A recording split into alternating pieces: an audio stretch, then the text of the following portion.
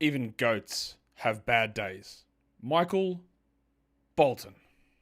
Thanks, Josh. It's Michael Bolton here, and it's time for another episode of the Locked On Fantasy Basketball Podcast. Let's get to it. Let's get to it, indeed. You are Locked On Fantasy, your daily NBA fantasy podcast. Part of the Locked On Podcast Network, your team every day. Hello and welcome to the Locked On Fantasy Basketball Podcast brought to you by Basketball Monster. My name is Josh Lloyd and I also moonlight with the name Gene Parmesan. I'm also the lead fantasy analyst at basketballmonster.com, and you can find me on Blue Sky, joshlloyd.bsky.social, on Twitter at redrock_bball, on TikTok at redrock_bball, and on Instagram at Locked On Fantasy Basketball. Today's episode is brought to you by PrizePicks. Now is the perfect time to join. Download the app today and use the code LOCKEDONNBA to get $50 instantly when you play your first $5 lineup. That is right, there is no need to win to get the bonus. It is guaranteed. PrizePicks, run your game. Also, LockedOnDaily.com. Check it out. Get the best newsletter for your favorite NBA team over at LockedOnDaily.com. Should we just start talking about the games here? MLK Day in the NBA, a spread out day full of games. It is National Hugging Day as well, so get your hugs in while you can, while the day is still going. And let's get to a bit of news first, actually. Obviously, I discussed this earlier on with the full injury update show, but we got the news on Dante DiVincenzo's toe, a grade 3 sprain. Grade 3 is never a good thing. That is like basically through the ligament the entire way. And that is probably multi-month absence. I don't know that he is out for the season. They've said out indefinitely for DiVincenzo, but I think for the fantasy season, which is about 2 months or so, it'd be pretty unlikely to me for DiVincenzo to come back. We'll talk about the Wolves and replacing him later on when we do the Wolves recap, but I don't think Dante's returning. The Sixers injuries, Paul George, questionable. Yabusele, questionable. Drummond, likely to return. Embiid is out. We just got the clarification. It was basically exactly what I said on the preview show earlier today. I don't think Lowry's going to play, or Martin are going to play, but George is questionable, and Yabusele is questionable, but we might have Yabusele out, so that's more boner for us. There's lots of different things that can happen with that team. Rookie council, Justin Edwards, depending on the status of Paul George as well.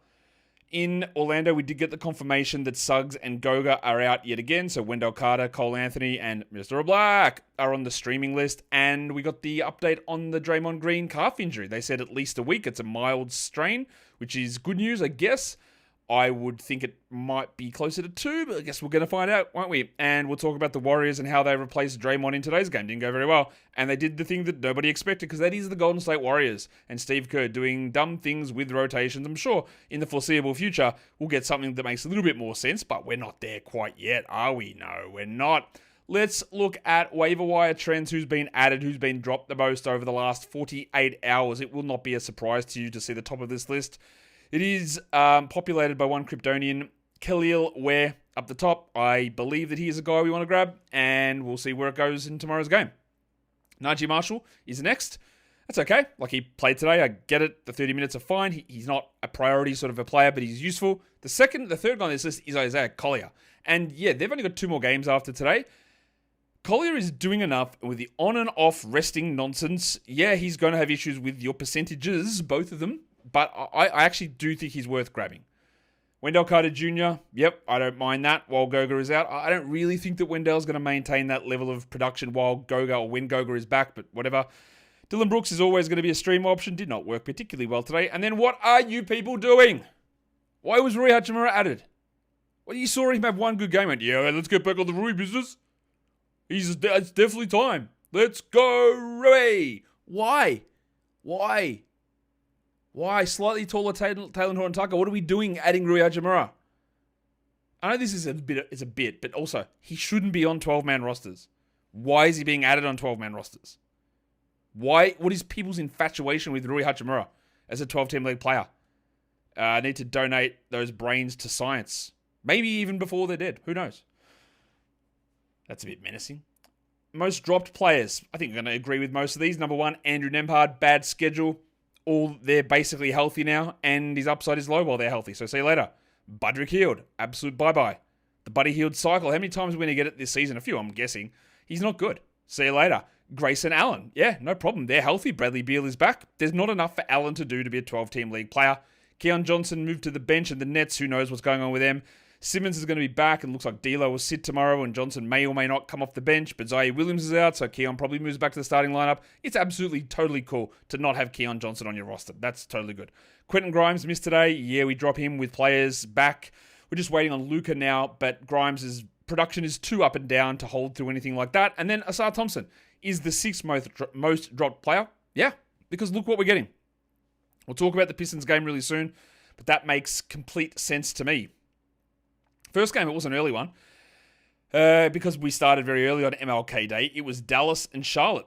The Mavericks rolled out the same starting lineup that they have been rolling out. They lose 110-105 to the Hornets, who recently have been a little bit frisky. They've been putting up some win. I don't know if it's a win streak, but they're definitely winning some games. Let's start with the Dallas side because there was no Dereck Lively, so Daniel Gafford decided it's time to absolutely go crazy. 31-15 with 7 blocks on 80% and 100% from the line. That is honestly one of the best games you'll see all season. It is. I don't think that means this is going to be the perfect example of this. If you add Daniel Gafford now, because there are people going to say silly things. I'm going to drop this guy and I'm going to add him. I'm going to blow all of my budget to get him. You don't get this game. You don't get it. That's not how a league works. Look, actually back literally one game ago where he played 20 minutes due to foul trouble. He will be useful. He should be rostered while Dereck Lively is out, Daniel Gafford. But I know that there are people out there, and maybe this is true, but there are people that go, well, he has to start over Lively now. Look how good he is. This is at least going to be a minute split moving forward. That's great. He had a big game against the Hornets. Great. And maybe Jason Kidd does keep him starting. I don't think he will, but maybe he does. But I don't think this is any indication that now, all right, Gafford, it's 28 a night. We are rolling because of this game. I don't think that's the case. The reason this happened is because it's the Hornets, but also because Lively is out. And Gafford was playing like 15 to 17 minutes a night, which was definitely not worth holding. And like I've had this discussion on so many different shows, you can hold so many different players. But the way that leagues are set up, with 10 and 3, small benches, daily changes, it becomes a situation where if you just keep holding guys that will go really big if someone gets hurt, you put yourself in a position where you've got all these guys that aren't contributing now, and you won't be in a position good enough for that to matter when they actually do start. So yeah, by all means, he is a guy to roster absolutely right now, no problem with Dan Gafford. But I don't think this means we now get 25 a night from Gaff. Kyrie had 33, 4 and 3 with 3 steals. We love that. PJ was fine without being good. And Dinwiddie was also not very good, 7 points on 27%. If I had to roster one of him or Marshall or Grimes, it's probably Dinwiddie, but I don't feel really strongly about that. I do feel relatively strongly about Klay Thompson, because he's just not good anymore. Get that garbage out of here! 7 points in 30 minutes. He took 5 shots. He offers nothing else. There's no reason to roster him. While Marshall had 8, 5, and 4 in his 32 minutes, which is, again, it's fine, but it's not game-changing. On the Hornets side of things, Mark Williams. He had some foul trouble, but ended up with 30 minutes. He had 13 and 13 with 3 blocks. And weirdly, for Mark Williams, he shot 36%. I don't know why that was so low, but I don't expect that it means much as we move forward. LaMelo played 38 minutes. He had 23, 7 and 9, 2 steals, a block. He shot 38%, but he continues to put up really, really good numbers. I don't know, where did you pick LaMelo? Was it in round 1 or round 2? And have you been happy with what you've gotten? That's a question I'll ask you guys. I think I drafted him in one league, and yeah, I'm very happy. But I don't know about everyone else. Miles Bridges had 23, 5 and 2, which is strong. But what about the big fella, Nick Smith Jr.? I don't think that Miller or Mann are playing again this season. I don't know that, but I don't think they're playing. Smith, I think, has an opportunity to start. He had a very good line, which is always one of those ones that looks better because it starts with a big number, and that's 19 points. And when you get a number that's literally just big, not big relative to average, but just big, which is 19, it looks better. And that's a very good game, having 19 points. We love that. 19 points, 5 threes, 3 rebounds, and 1 steal. And he shot 54%, which makes it all very good. Prior to this game, including this game, this man is shooting 38% on 2s. 38. Somehow he's shooting 41% on 3s. And I think that's interesting, the 3-point shot. His steals are low, his assists are low, the volume is fine, the usage is pretty good. He's averaging 11 points over his last 3 games in 24 minutes on 43%, hasn't taken a single free throw in the last 5 games. If I'm in a 14-teamer, have a look, right? I think there's a chance that there is 30 minutes a night here. But I do think that probably overall the damage that he does, and he doesn't contribute in enough other areas, will mean that it's probably not a standard league sort of a spot. But it is good. It was a good game. Moussa Diabate, for those of you in deep leagues, is the backup now. 10-2, 18 minutes for him, while Josh Green in a revenge game had 4 points on 17%. And Cody Martin, after a down game last time, out 20 minutes for Cody, 10-7-7, triple one. You literally cannot ask for more than that from Cody Martin. We also had Josh Okongwu getting 19 minutes. Okongwu, that's a deeper league one. He had 5-4-1 with 2 steals. The 2 steals are great. If there's an opportunity for him to get 27 minutes, we start to open our eyes a little bit in 14-team leagues, but I don't really think we need to go much further than that at all. I can't see Josh Okongwu being a 12-team league player. Today's episode is brought to you by FanDuel Sportsbook.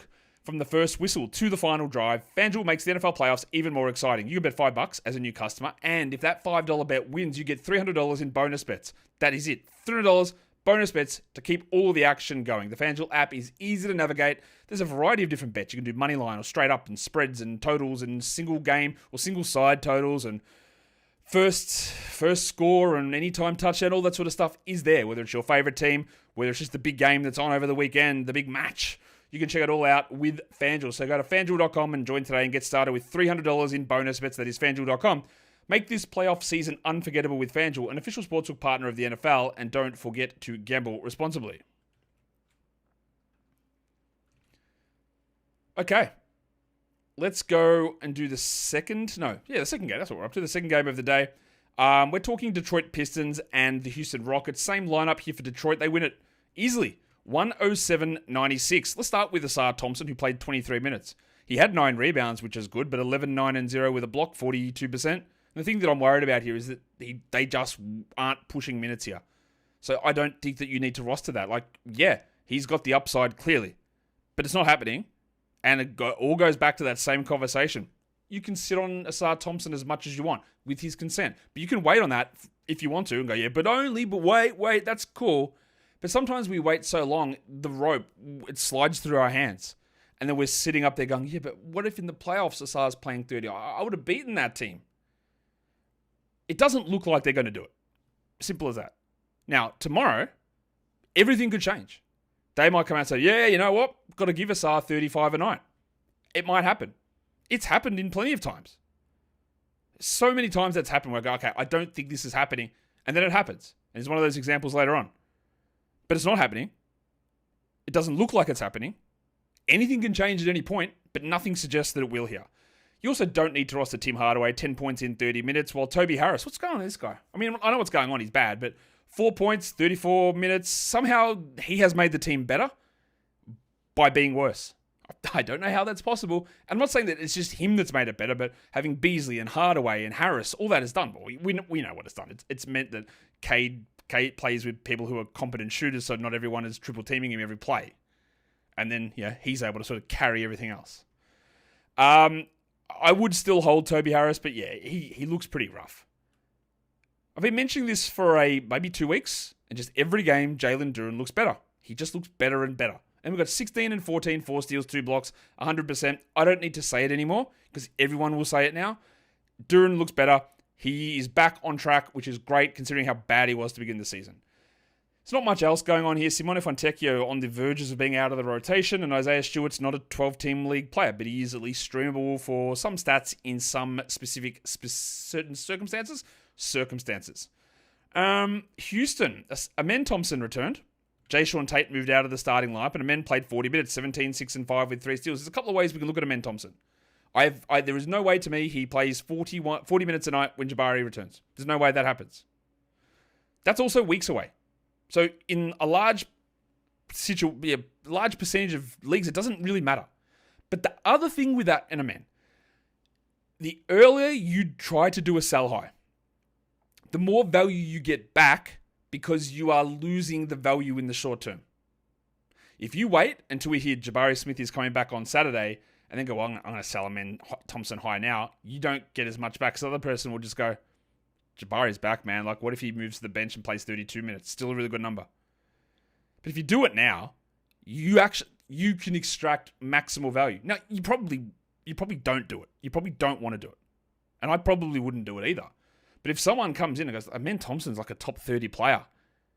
Here's Donovan Mitchell. Here's Evan Mobley, who's out injured. Whoever it is, right? I'm throwing those names out there just because, whatever, they came into my head.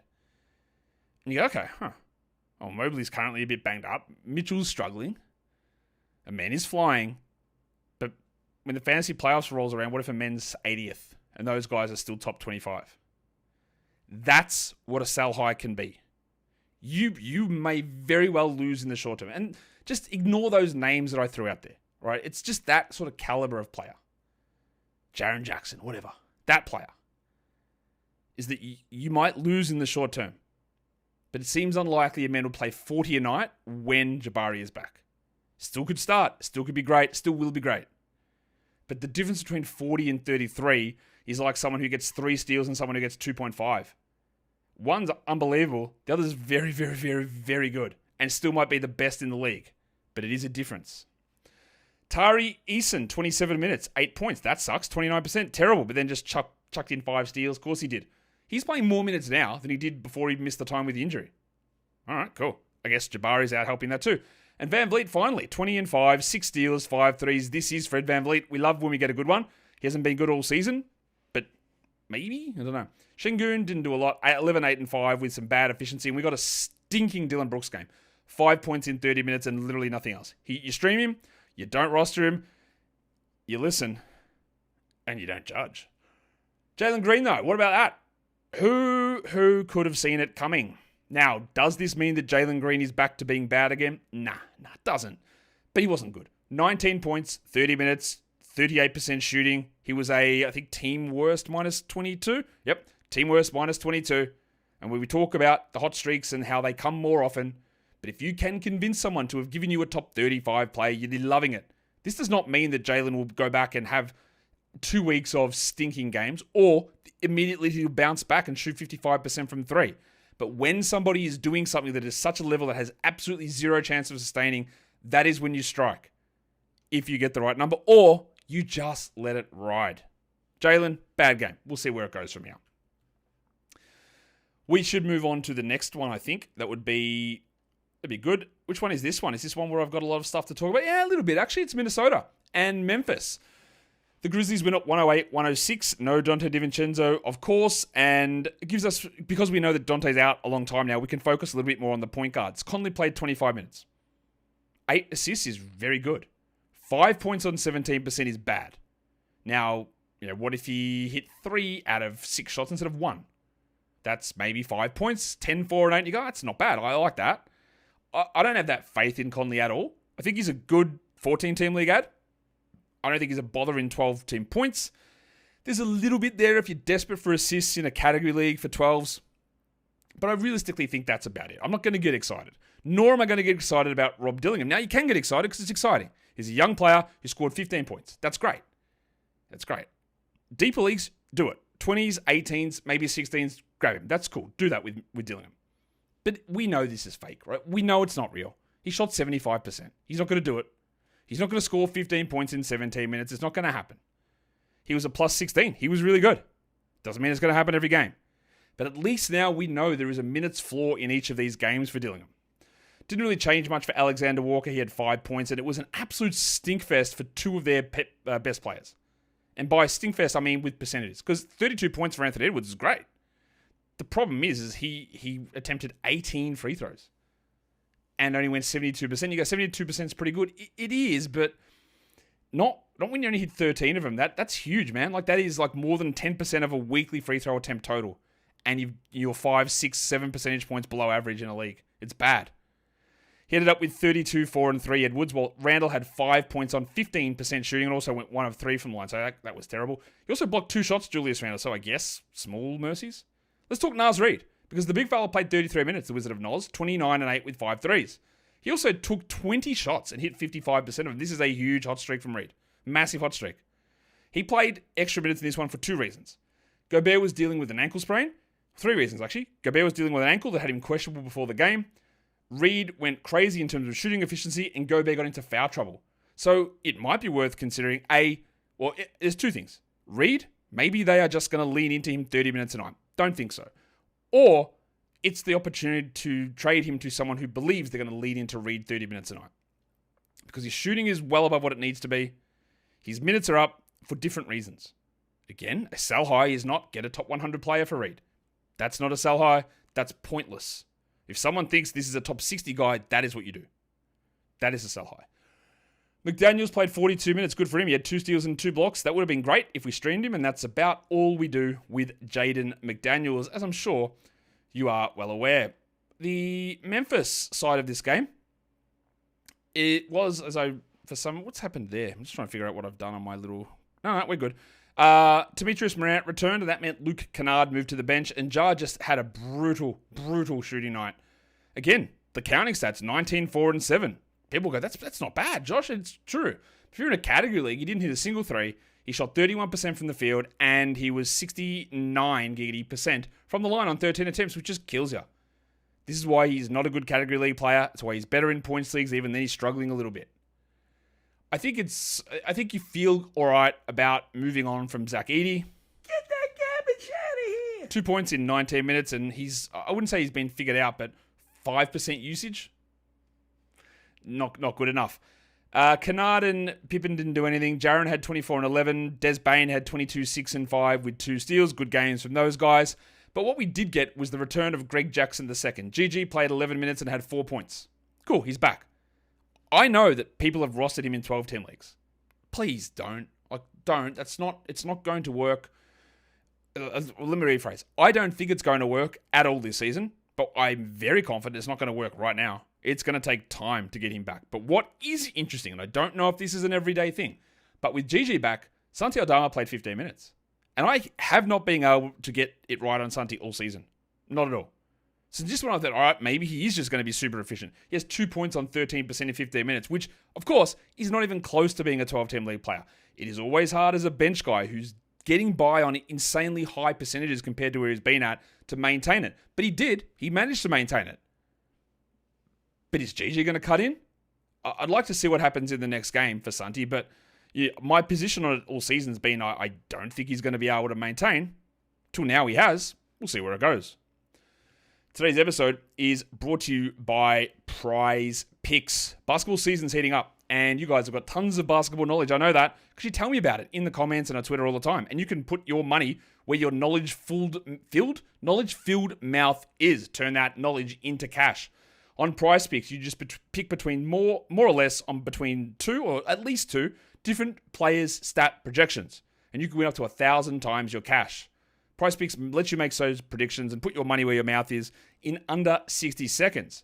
And with Prize Picks' flex play option, even if one of those picks doesn't hit, you can still double your money. Now is the perfect time to join. Download the app today. Use the code LOCKEDONNBA to get $50 instantly when you play your first $5 lineup. You don't even need to win that lineup just to get the bonus. It's guaranteed.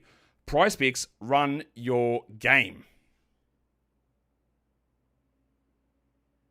All right, next game. Atlanta and the Knicks. Can you blokes believe it?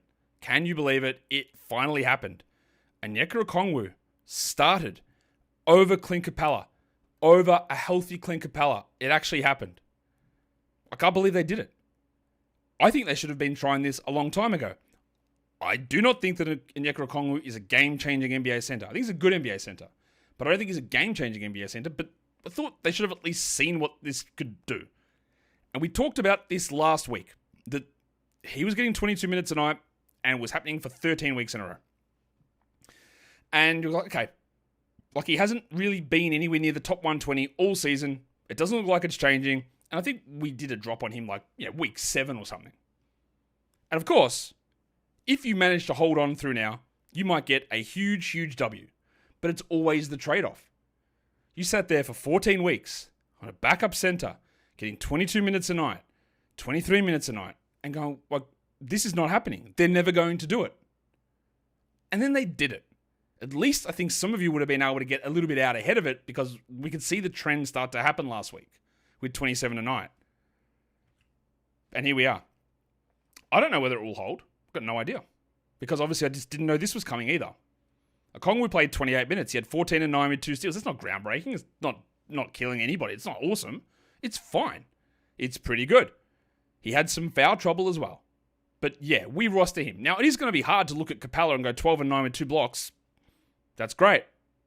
I still think that that's expendable. He hasn't been really a 12-team league guy for the majority of this season. And even though, like, in the game where he gets, this is where our brains can screw with us. Because it's the day where he gets benched, right? And he still has a productive line. You go, well, why would I drop it? He can just keep doing this off the bench. And my retort to that would be, well, he's been playing more minutes that all season and hasn't done it at all. I guess the argument could be, well, against bench units, it's a bit easier. And that's fair enough. So it's a hard cognitive decision to say, I'll drop him now after he has one of his better games. And you obviously don't have to do it. But I don't think him in a 19-minute role, Capella, is going to be worth your time. Daniels had 10 and 4 with 3 steals and a block. He fouled out, while Trey had 27, 3 and 6, 3 steals, 1 block, 6 threes. What a game. Jalen Johnson's still sort of finding his way back. Another poor shooting night. I'm sure he'll be fine. But maybe a buy low might open up. Probably not yet, but maybe. And then we got one of the best DeAndre Hunters we've ever seen. 22 points with 0 rebounds and 1 assist. He shot 50% from the field, but then he couldn't hit free throws. I still do think that you probably do want him on the roster, but he is a back-end player. He will forever be a back-end player. His hot streaks will be great. We can admire them, and that's cool. I also don't think you want to hold Bogdan Bogdanovic 1 point in 15 minutes. He's just off. He's just bad. He might be better. The knee might be something that... Well, not even his knee. His knee's fine. He's hamstring this season. He's bad. There's too many other options here to consider that he has to be a hold. Krejci was fine. He's been fine. He's a good 14-team league guy. Some 12-team value. He had, 11, 2, and 4, which is fine. It's fine. On to the Knicks side of things, and as per usual, there's very, very little to talk about with the Knicks because they're just sort of a boring team from a fantasy point of view. Karl Anthony Towns returned. Jericho Sims went to the bench, and Josh Hart played through the shoulder. He didn't play through the shoulder. He had a sore shoulder. He was questioned when he played. Playing through the shoulder would probably get a little bit messy. 14, 9, and 5 with 2 steals for Joshy, while Towns had 13, 9, and 7 in 37 minutes. But what a weird Mikal Bridges line this is. 26 points. Yes, let's go. Talk to me, Mikal. 71%. Love that. 27 minutes? What? What happened there? 27 minutes for Mikal Bridges. He might as well have been on holiday at a pool sipping out of a coconut. 27 minutes. And still had one of his better games. Brunson had 34, 1, and 6. Cool. And OG Anunoby played 41 minutes. He took 4 shots in 41 minutes. Tibbs is basically... Because we wondered about this, with Tibbs and his centers having single-digit usage. And Towns came over. And there was some people who had some concerns about Towns. Well, Tibbs won't give it to his center. Well, that was an easy one to dispel because we've seen him play with Towns as his center, and the usage is fine. Don't worry about that. But OG Anunoby has taken the role of gap filler. Someone who's out there that just doesn't get the chances. Yeah, some days he'll have some better shots, but yeah, he is the low usage option a lot of the time. 8 and 9 for Anunoby. Sims went to the bench, and of course he played a robust 0 minutes. Yeah, that's what happens, isn't it? Is this the one you've been waiting for? The Phoenix Suns, the Cleveland Cavaliers, this is it. This is the time. This is where we got to do everything we could so that we could tell and prove Josh wrong. Nick Richards moved into the starting lineup, replacing Mason Plumlee. And Richards played 22 minutes and had 4 points and 4 rebounds and had 2 blocks. There are 2 ways that I could talk about this. I could say thanks to all the floods of positive messages and all the people apologizing for some of the somewhat outrageous comments that they said to me about the Nick Richards stuff. I could... what was that? None of them came? That's okay. That's not true. One person did. That's okay. I also look at this game from Richards and say that this is the downside of it, right? Except for the people who go, every time he starts, man, it's a double-double. You get 2 blocks. That's what he does when he starts, which, of course, is completely bullshit. But I believe, neutral. I am unbiased. I have opinions, which is not bias. I don't think Nick Richards is very good. That's just an opinion of what he is like as a player. I think he is not a very good player. But I look at this and go, okay, He played against Cleveland, which sometimes makes it harder for opposing big men. Big men can succeed if they're decent. He's not, though. But he also got into foul trouble, right? So he played 22 minutes and had 5 fouls. So this is not me saying, look at how trash he is. Look at how bad he's going to be. He will get into foul trouble in other games. He will. This is the downside, though.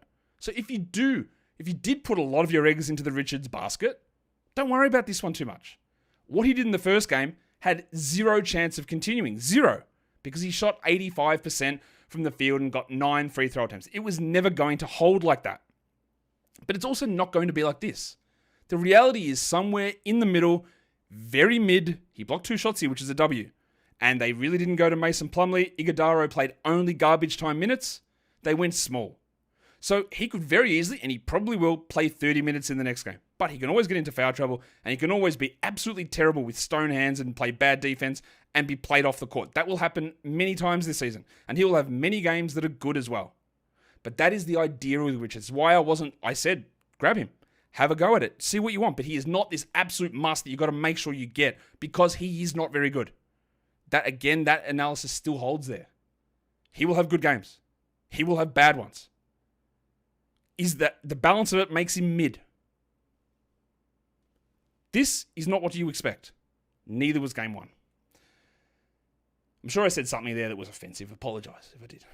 Grayson Allen, 10 points, 2 threes. Whatever. Bradley Beal, what are we doing here? Look, it's very hard for me to look at Beal as a guy. I can't drop him just yet, but I'm real close, man. I'm very close.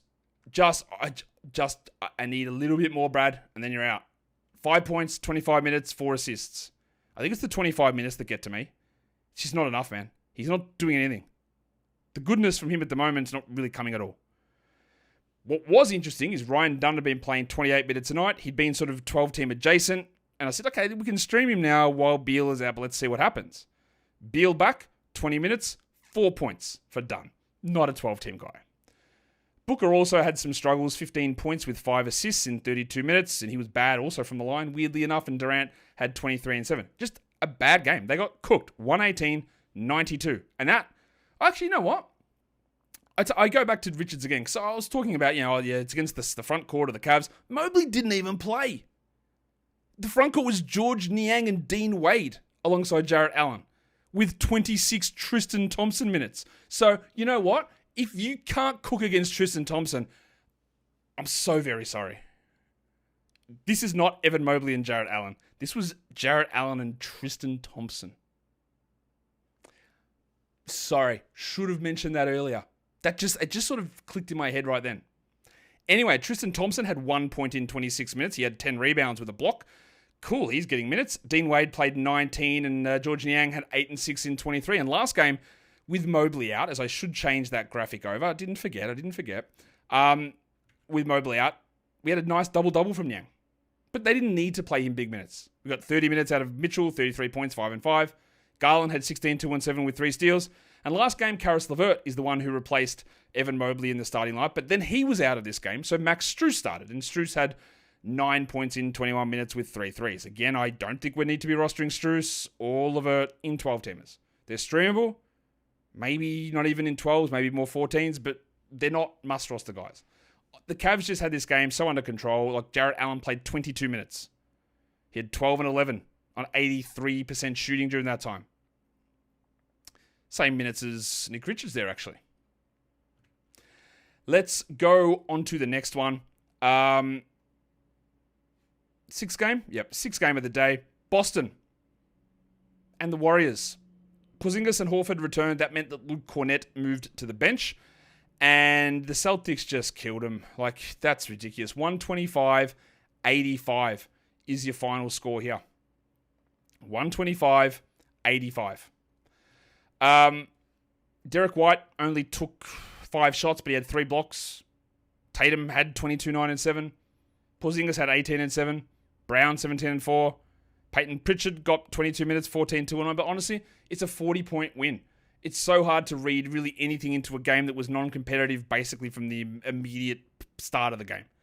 We had Baylor Shireman and Jordan Walsh doing things in the final quarter. This is just a game where the numbers don't really mean anything. The Warriors side is a little bit more interesting just because it was a game without Draymond Green. The talk was from the Warriors is that we'd get Moses Moody stepping into a power forward role, but of course it wasn't. It was Gary Payton who stepped in for Draymond Green. Surprisingly enough, that didn't work. A coach tried to get too cute, didn't he? Not that Moody's necessarily the greatest answer, although he was pretty good. Payton played 11 minutes and had 2 points in 12 minutes. As for Moody, 32 minutes. 13, 6, and 5, 3 threes, a steal and a block, and didn't shoot very well. Kuminga and Green are out. Now, we could have Anderson and Podziemski back in the next one. I don't know. But Moody's at least a deeper league stream guy. Only 18 minutes from Trace Jackson-Davis, 5, 5, and 4, basically benched very early on in this game, but the game, again, was over. It's very hard to read a lot into this.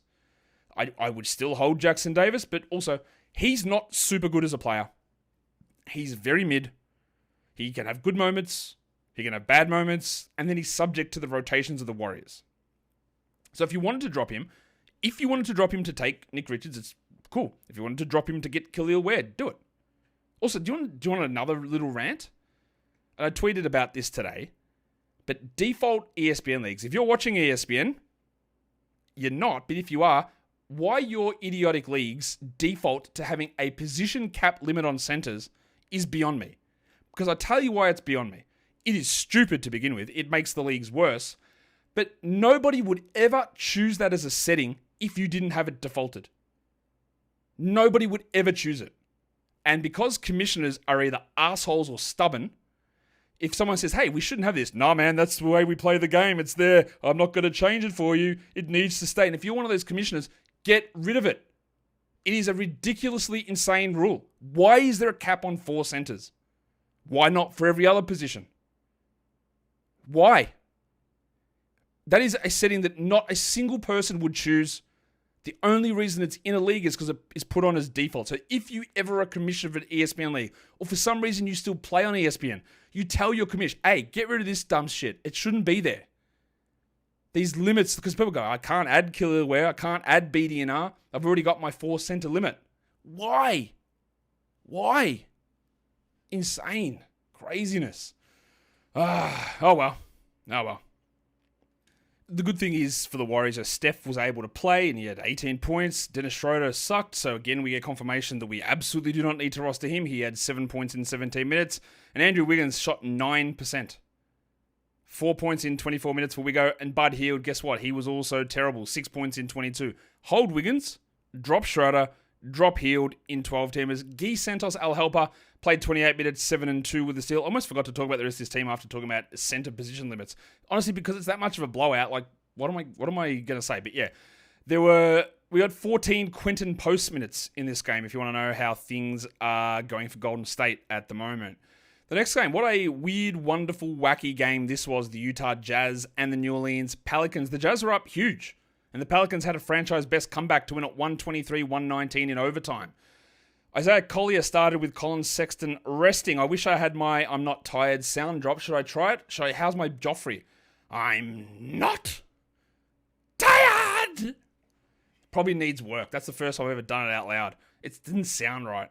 That's okay. Collier started for Sexton, and then Walker Kessler, tired legend, started in place of Drew Eubanks. Let's start with the good. 19 and 13 for Kessler in 34 minutes. I'm sure he's going to be resting coming up soon. Let's actually just have a quick look at the Jazz schedule and see what we can figure out they're going to do.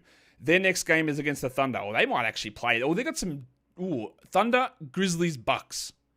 Could we get the miraculous healing of Lauri Markkanen? Could the tired legends return? I'm not sure. They could.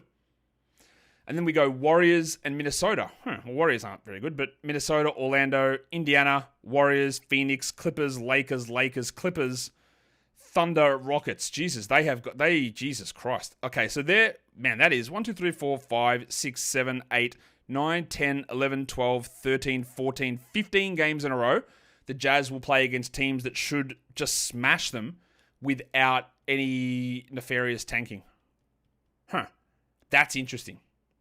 That'll give us, if we see Markkanen sitting these games and then resting for players through this period, we know that it's just over. It's like they're just never playing. All right, if that happens through this stretch of games. Let's talk about what did happen here. It's hard not to look at Isaiah Collier as just a guy to roster. 37 minutes, 20 points, 11 assists. Yeah, look, the percentages are going to hurt. Think prime Russell Westbrook. Well, not even prime, sub-prime Russell Westbrook, post-prime Russell Westbrook. 35% on 20 attempts kills you. 5 of 7 from the line actually hurts as well. But there's no one that you can get assists from like this. He might not play 30 a night every night, but he's going to come close. Because I don't think Clarkson's returning.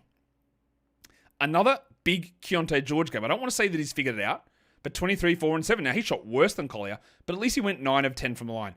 I think he is an obvious must-roster, Keontae George. Has to be. Now, it was shaky to begin the year, but he looks good. Look, not good, but you know what I mean. Cody Williams continues to be just terrible, and then he sprained his ankle. 2 points in 20 minutes for him, while Sensabaugh took the shots, and that's what we want. They didn't go in. 11 points on 29%. But the reason you have him is he is going to be a usage generator. Now, if Markkanen and Collins somehow play, then Sensabaugh's value drops. But I don't think we need to worry about that. There was a weird thing in this game where it was announced before the game that Kyle Filipowski was starting. Then they trotted onto the court and Cody Williams was there. I go, what the hell? But then Filipowski started the second half and he played 38 minutes. Now, he shot horribly. 31% for Filipowski. He had 10 points.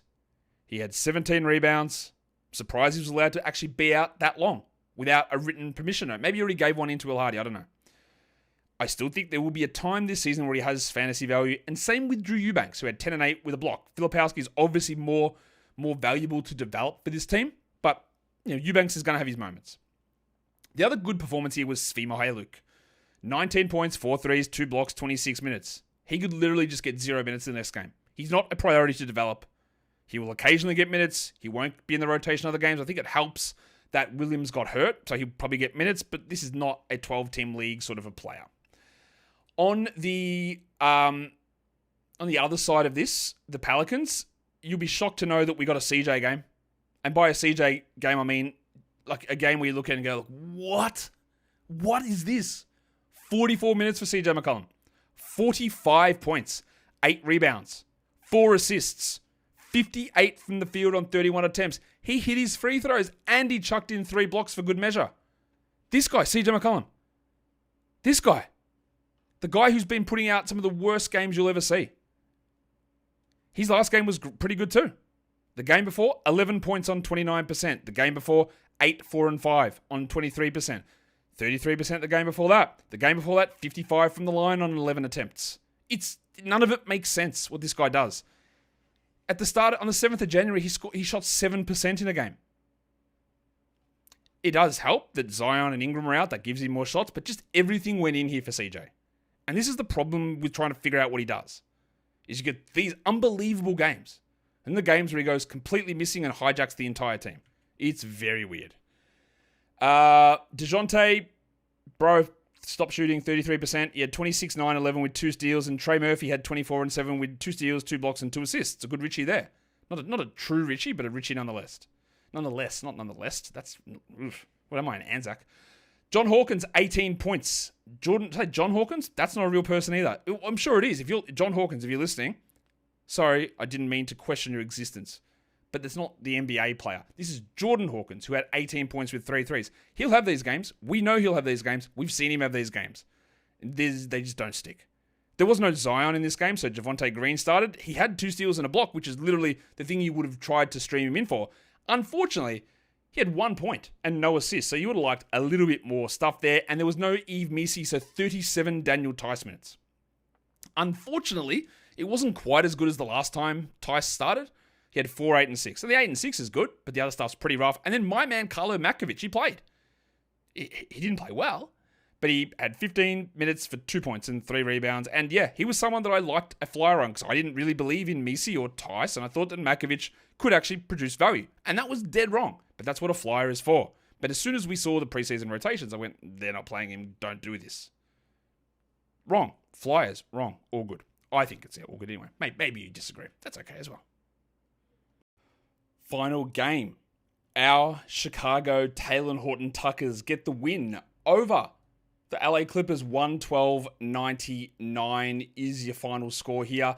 Kobe White was out of this game. He seemed to have a bit of an ankle problem yesterday.